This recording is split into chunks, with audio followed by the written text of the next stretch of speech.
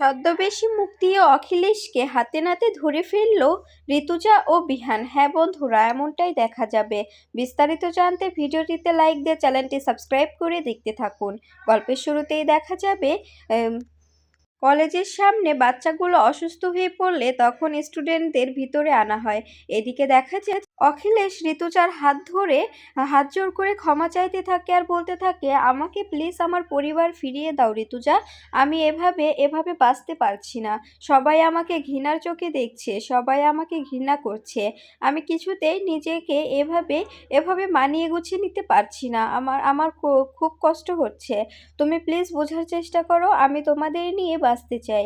তখন দেখা যায় ঋতুজা বলতে থাকে, তুমি যে নিজের ভুলটা বুঝতে পেরেছো এটাই আমার কাছে অনেক। আমি চাইবো তোমার বাচ্চাদের তোমার কাছে ফিরিয়ে দিতে, কিন্তু ওরা যদি তোমাকে ক্ষমা না করে এটা এটা আমার কিছু করার থাকবে না। তুমি যদি নিজে ওদের থেকে ক্ষমা ক্ষমা চেয়ে ওদের থেকে ক্ষমা আদায় করতে পারো এটা তোমার পক্ষে ভালো। কিন্তু আমি ওদেরকে বলতে পারবো না যে তোদের ক্ষমা করতে হবে। আমি শুধু বলবো তোরা তোদের বাবাকে ক্ষমা করে দিস। তো ওরা যদি ক্ষমা করে সেটা সেটা হবে তোমার জন্য সৌভাগ্যের। আর যদি ক্ষমা না করে এতে আমার করার কিচ্ছু থাকবে না।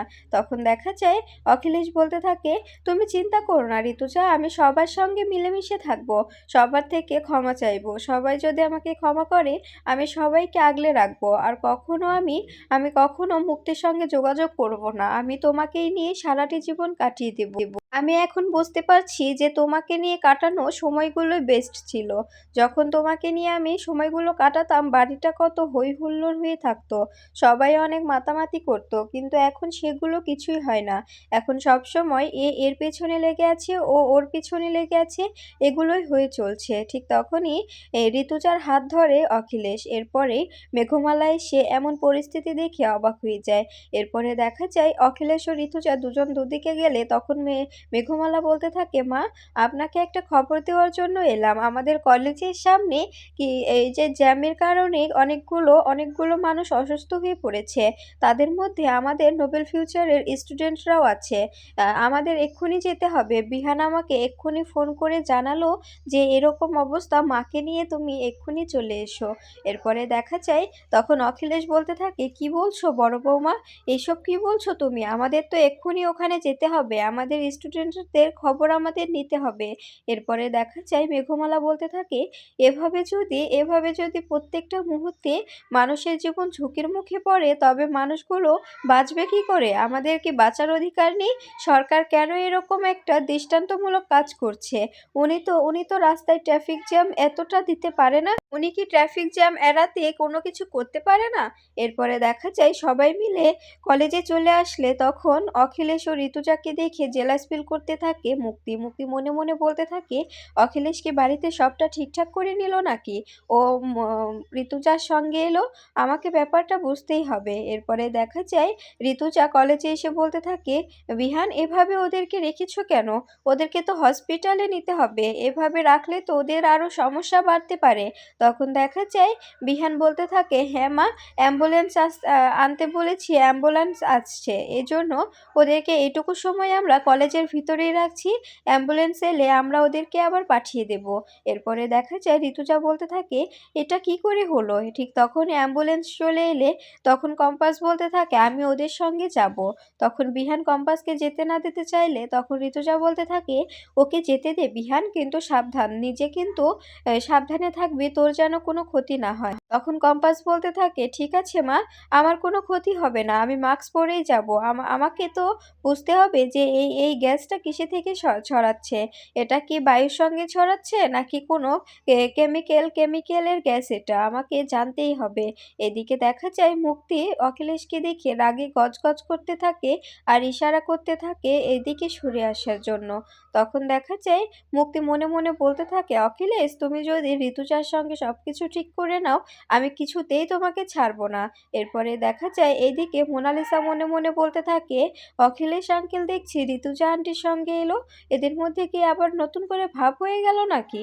এরপরে দেখা যায় মুক্তি মুক্তি অখিলেশকে ইশারা করতে থাকলে তখন অখিলেশ বলতে থাকে, দাঁড়াও আমি আসছি, তুমি ওইদিকে গিয়ে সাইডে দাঁড়াও, আমি এক্ষুনি আসছি। এরপরে দেখা যায় অখিলেশ সেখান থেকে অজুহাত দিয়ে চলে যায়। এরপরে বিহান মোনালিসাকে বলতে থাকে, মোনালিসা তুমি এখানে, তুমি যাবে না ওইদিকে, তুমি ডক্টরের কাছে যাবে না?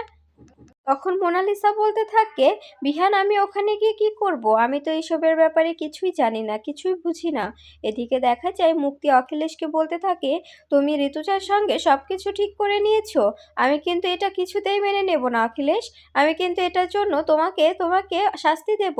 তখন অখিলেশ বলতে থাকে, প্লিজ মুক্তি বোঝার চেষ্টা করো, এইভাবে এভাবে যদি আমি ওদের সঙ্গে মিলে না থাকি তবে কিছুতেই কম্পাসকে বাড়ি থেকে বের করা যাবে না। তুমি এইদিকে কলেজটা সামলাও, আমি আমি বাড়ির ঠিকটা সামলে নিচ্ছি। কম্পাসকে বাড়ি থেকে বের করার তো কোনো না কোনো প্ল্যান করতেই হবে, তাই না? তুমি এতটা যদি ভেঙে পড়ো, এতটা উত্তেজিত হলে কি করে হবে বলো? এতটা ভেঙে পড়ো না প্লিজ। আমাকে আমাকে এই দিকটা সামলাতে দাও। আর ওই কম্পাসকে আমি কিছুতেই ছাড়বো না।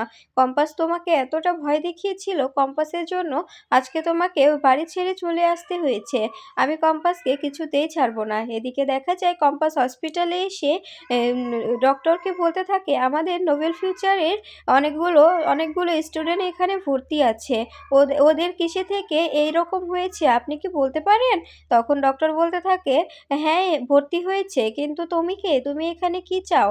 তখন কম্পাস বলতে থাকে, আমি compass Bhowmik, Nobel Nobel future of কলেজের স্টুডেন্ট। তখন দেখা যায় ডক্টর বলতে থাকে, আমি তো তোমাকে চিনি, তুমি তো ব্রিলিয়ান্ট স্টুডেন্ট, অনেক কিছু তৈরি করেছো, অনেক সায়েন্সের ব্যাপারেও তোমার প্রখর প্রখর ব্রেন, তাই না? তখন দেখা যায় কম্পাস বলতে থাকে, হ্যাঁ তাই, কিন্তু আমাকে একটু বলুন এই গ্যাসটা কি কোনো গ্যাস লিক করে হয়েছে? তখন দেখা যায় ডক্টর বলতে থাকে, হ্যাঁ তাই, কিন্তু এই গ্যাসটা যদি এভাবে ছড়িয়ে পড়ে তবে কিন্তু আমাদের বেঁচে থাকাটা বড্ড কঠিন হয়ে দাঁড়াবে। প্রতিনিয়ত এভাবে ছড়িয়ে পড়লে আমাদের সবাইকে ঝুঁকির মুখে পড়তে হবে। আর এই গ্যাস লিকটা অবরোধ করতে হবে, বন্ধ করতে হবে। এদিকে দেখা যায় অভিজ্ঞান দত্ত অখিলেশকে বলতে থাকে, আমি আমি এত বড় উকিল হয়েও আপনার সঙ্গে এরকম বিজনেসে কর্পোরেট করছি, এজন্য কি আমার কোনো রিস্ক নেই? আপনি কি মনে করেন? কিন্তু আপনি কিছু ভাববেন না, আমি সবটা সামলে নেব, আমি দেখে নেব যে যে এই কেমিক্যালগুলো কি করে ওখান থেকে সরিয়ে ফেলা যায়। তখন অখিলেশ বলতে থাকে, কম্পাস কিন্তু অলরেডি সন্দেহ করতে শুরু করেছে, ওখান থেকে কেমিক্যালগুলো না সরালে ও যদি একবার জানতে পারে তবে কিন্তু অনেক বড় বিপদ হয়ে যাবে। তখন অভিজ্ঞান দত্ত বলতে থাকে, আপনি কোনো চিন্তা করবেন না, আমি সবটা দেখে নেব, আমি এদিকটা সামলানোর চেষ্টা করব। তখন অখিলেশ বলতে থাকে, হ্যাঁ তাড়াতাড়ি যা করার করে নিন, তা না হলে ফেঁসে যাব আমরা ফেঁসে গেলে কিন্তু আমি ফাঁসলে আপনাকেও ফাঁসতে হবে, কারণ আপনি আমার সঙ্গে সমান দোষে দোষী। তখন অভিজ্ঞান দত্ত বলতে থাকে, আমাকে কি ভয় দেখাচ্ছেন আপনি? এদিকে কম্পাস সেই ট্রাফিক সিগন্যালের সেখানে এসে মাস্ক পরে নিজে ঘ্রাণ নেওয়ার চেষ্টা করে। ঠিক তখনই কম্পাসের কাশি হলে কম্পাস মাস্ক আবার পরে নিয়ে বলতে থাকে, সত্যি তো এখানে অনেকটা বিষাক্ত কেমিক্যাল ছড়িয়ে আছে। এরপরে মেশিনের সাহায্যে দেখে অবাক হয়ে যায় কম্পাস বলতে থাকে, এরকম চলতে থাকলে আমরা কেউ বেঁচে থাকতে পারবো না, সবাই তো মৃত্যুর মুখে পড়ে যাব। এদিকে অখিলেশ অভিজ্ঞান দত্তকে বলতে থাকে, যেভাবে হোক যত তাড়াতাড়ি কাজটা শেষ করতে হবে, আমরা যে এক্সপেরিমেন্টের জন্য অপেক্ষা করছি সেটাও আমাদের হাতে পেতে হবে, আর আমাদের ফ্যাক্টরিগুলো ধরে রাখতে হবে। এদিকে দেখা যায় মুক্তিকে বিহান ঋতুজার সামনে আনলে মুক্তিকে দেখে ঋতুজা নমস্কার বলে বলতে থাকে, আপনাকে অনেক ধন্যবাদ আমাদের কলেজে জয়েন করার জন্য, কেমন আছেন আপনি? তখন দেখা যায় মুক্তি বলতে থাকে, আই এম অল রাইট, আমি অনেক ভালো আছি, তুমি কেমন আছো? তখন ঋতুজা বলতে থাকে, আমিও ভালো আছি। তখন ঋতুজা বলতে থাকে, আপনি আপনি আমাদের কলেজে জয়েন করেছেন, এর জন্য আপনার কাছে অসংখ্য ধন্যবাদ। এদিকে দেখা যায় ঋতুজা বিহানকে বলতে থাকে, বিহান উনি যে আমাদের কলেজে জয়েন করেছে, এর জন্য বাচ্চারা খুশি তো? তখন দেখা যায় বিহান বলতে থাকে, হ্যাঁ মা, ও স্টুডেন্টরা সবাই অনেক খুশি হয়েছে ওনাকে পেয়ে। তখন দেখা যায় ঋতুজা বলতে থাকে, শুনেছি আপনি নাকি অনেক ইঞ্জিনিয়ারিংয়ে খুব ভালো, ইঞ্জিনিয়ারিংটা খুব ভালো করে বোঝান বাচ্চাদের। তখন দেখা যায় মুক্তি বলতে থাকে, হ্যাঁ খুব ভালো পারি আমি, এটা বোঝানোর জন্যই তো এখানে এসেছি, এতদিন তো আমাদের ওই কলেজে অনেক শিক্ষা দিলাম, এবার ভাবলাম নোবেল ফিউচার অফ কলেজে একটু শিক্ষা দিই।